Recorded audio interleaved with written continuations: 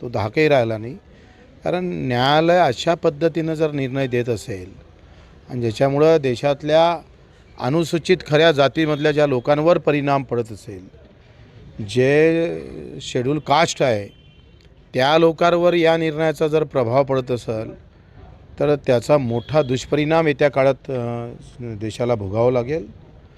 म्हणजे जातीत नसताना ते त्याच जातीतला आहे अशा पद्धतीचा निर्णय देऊन मोकळं होतं न्यायालय, आणि ते अर्ज भराच्या अर्धा तास अगोदर एवढं टायमिंग न्यायालय कसं साध्य करतं मला माहीत नाही, संशयच आहे.